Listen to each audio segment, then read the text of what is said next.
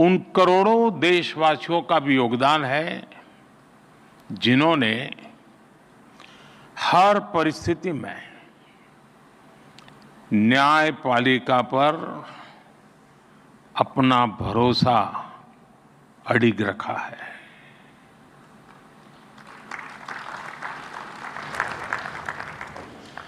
भारत के लोगों ने कभी सुप्रीम कोर्ट पर, हमारी न्यायपालिका पर अविश्वास नहीं किया।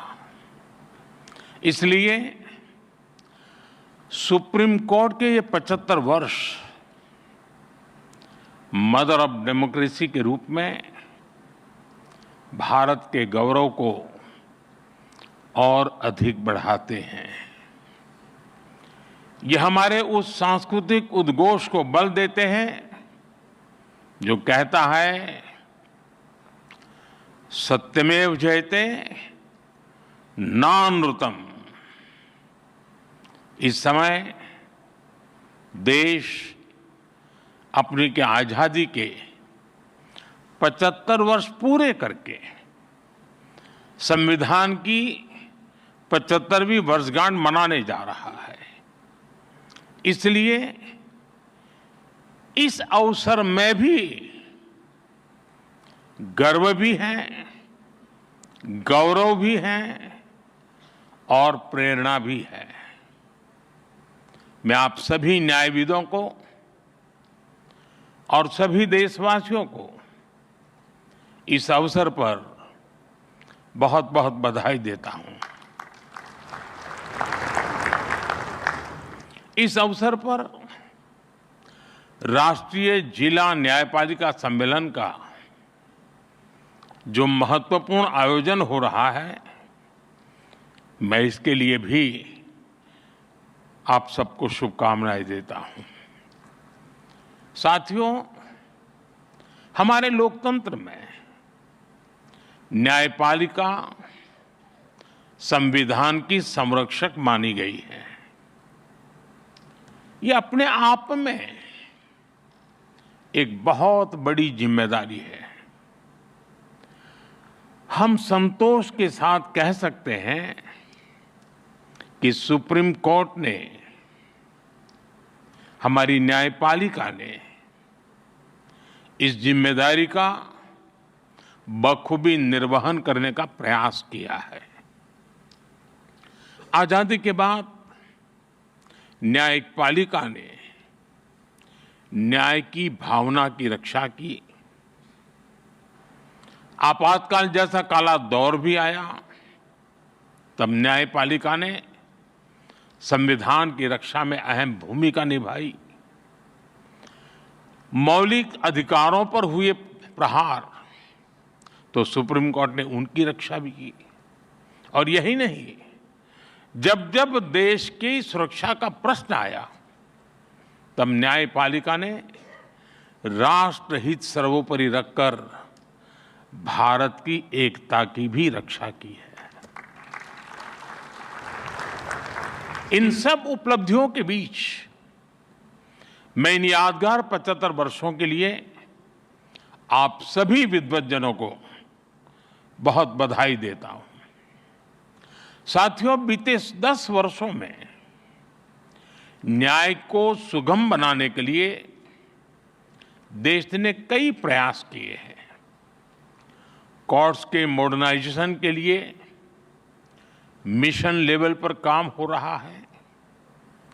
इसमें सुप्रीम कोर्ट और जुडिशरी के सहयोग की बड़ी भूमिका रही है। आज जिला न्यायपालिका का ये कार्यक्रम भी इसी का एक और उदाहरण है। इसके पहले यहां कई लोगों ने उल्लेख भी किया, सुप्रीम कोर्ट और गुजरात हाई कोर्ट ने मिलकर ऑल इंडिया डिस्ट्रिक्ट कोर्ट जजेज कॉन्फ्रेंस का आयोजन भी किया था। इस तरह के आयोजन ईज ऑफ जस्टिस के लिए बहुत ही जरूरी है। मुझे बताया गया है यहां भी अगले 2 दिनों में कई महत्वपूर्ण मुद्दों पर चर्चा होगी। पेंडिंग केसेस का मैनेजमेंट, ह्यूमन रिसोर्स और लीगल फैटर्निटी की बेहतरी। आपने चर्चा के लिए सभी जरूरी विषय तय किए हैं। मुझे खुशी है कि सबके साथ अगले 2 दिनों में एक सेशन जुडिशियल वेलनेस पर भी रखा गया है। पर्सनल वेलनेस, सोशल वेलबीइंग की सबसे पहली जरूरत है। इससे हमें हमारे वर्क कल्चर में हेल्थ को प्रायोरिटी देने में मदद मिलेगी। साथियों, हम सब जानते हैं आज आजादी के अमृतकाल में 140 करोड़ देशवासियों का एक ही सपना है, विकसित भारत, नया भारत। नया भारत यानी सोच और संकल्प से एक आधुनिक भारत। हमारी न्यायपालिका इस विजन का एक मजबूत स्तंभ है। खास तौर पर हमारी डिस्ट्रिक्ट जुडिशरी भारतीय न्यायपालिका की व्यवस्था का एक आधार है। देश का सामान्य नागरिक न्याय के लिए सबसे पहले आप ही का दरवाजा खटखटाता है। इसलिए ये न्याय का प्रथम केंद्र है, ये पहली सीढ़ी है। हर तरह से सक्षम और आधुनिक हो, ये देश की प्राथमिकता है। मुझे विश्वास है ये राष्ट्रीय सम्मेलन, इसमें हुए विमर्श देश की अपेक्षाओं को पूरा करने में मदद करेंगे। साथियों, किसी भी देश में विकास का अगर कोई सबसे सार्थक पैरामीटर है तो वो है सामान्य मानवीय का जीवन स्तर। सामान्य मानवीय का जीवन स्तर उसकी ईज ऑफ लिविंग से तय होता है और सरल सुगम न्याय ये ईज ऑफ लिविंग की अनिवार्य शर्त है। ये तभी संभव होगा जब हमारी डिस्ट्रिक्ट कोर्ट्स आधुनिक इंफ्रास्ट्रक्चर और टेक्नोलॉजी से लैस होगी।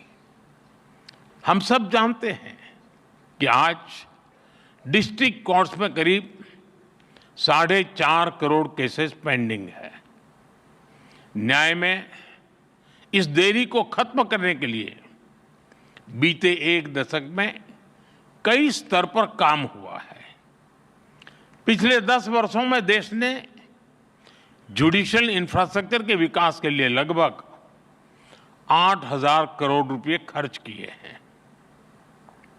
आपको एक और तथ्य जानकर खुशी होगी, पिछले 25 साल में जितनी राशि जुडिशियल इंफ्रास्ट्रक्चर पर खर्च की गई, उसका 75% पिछले 10 वर्षों में ही हुआ है।